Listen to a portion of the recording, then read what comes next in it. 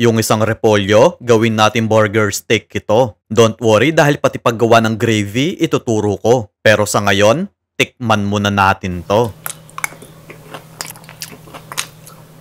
Gagamit tayo ng isang pirasong repolyo.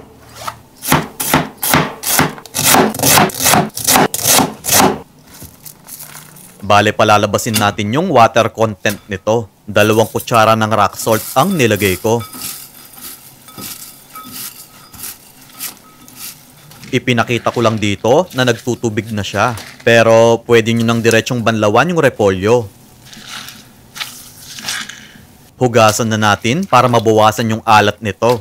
Tapos, pigain natin yung repolyo. Guys, yung complete list of ingredients ay laging nasa dulo ng video. Next, isang lata ng corned beef ang nilagay ko. 4 na bawang, paminta, kalahating tasang harina, at isang pirasong itlog. Hindi na tayo maglalagay ng asin kasi medyo maalat na yung repolyo natin. Naglagay ako ng corned beef para medyo may lasang karne ito. Pero kayong bahala kung puro repolyo ang gagamitin nyo. Gagamit ako ng pang moldy dito. Medyo kakapalan ko yung patty para kitang kita sa video. Then, siksikin natin to.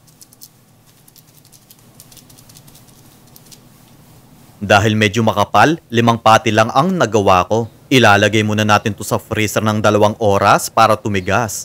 Kalahating tasang harina, paminta, at asin pampalasa. Maglagay din tayo ng isang pirasong itlog bilang binder. At konting tubig. Habang pinapatigas natin yung patty, gawin na natin yung gravy. Magtunaw tayo ng 1 kutsarang margarine. 1 kutsarang harina. Nagbuhos din ako ng tubig dito. 1 pirasong beef cubes. At yung mushroom na nakalata. Pero kung nagtitipid kayo, kahit hindi na kayo maglagay nito.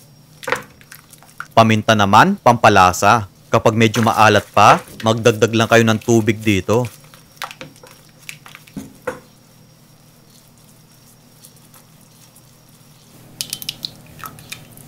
Guys, heto yung mga non-stick pan na ginagamit ko. Bale, isang set na to. Tapos, mahigit 1,500 pesos lang ang presyo. Then, heto naman yung silicone utensils. Bale, mahigit 500 pesos lang ang presyo nito. Tapos, 11 piraso. Ilalagay ko lang sa comment section kung saan ko nabili ang mga ito.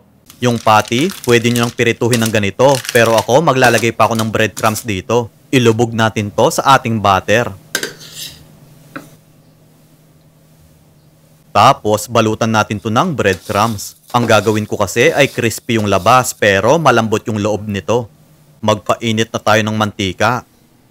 Tapos, pirituhin natin yung mga patty into low heat hanggang sa mag-golden brown ito. Kailangan mahina lang ang apoy para hindi agad masunog yung breadcrumbs nyo. Ang liwanag talagang tingnan kapag puti yung non-stick pan. So, okay na. Ilagay muna natin sa strainer para matanggal ang excess oil. Buhusan natin ng gravy yung ibabaw nito. Kaya kung gusto nyo pang makapanood ng mga murang recipe na katulad nito, mag-follow lang kayo kay Lokong Kusinero para ma-update kayo sa mga susunod na video.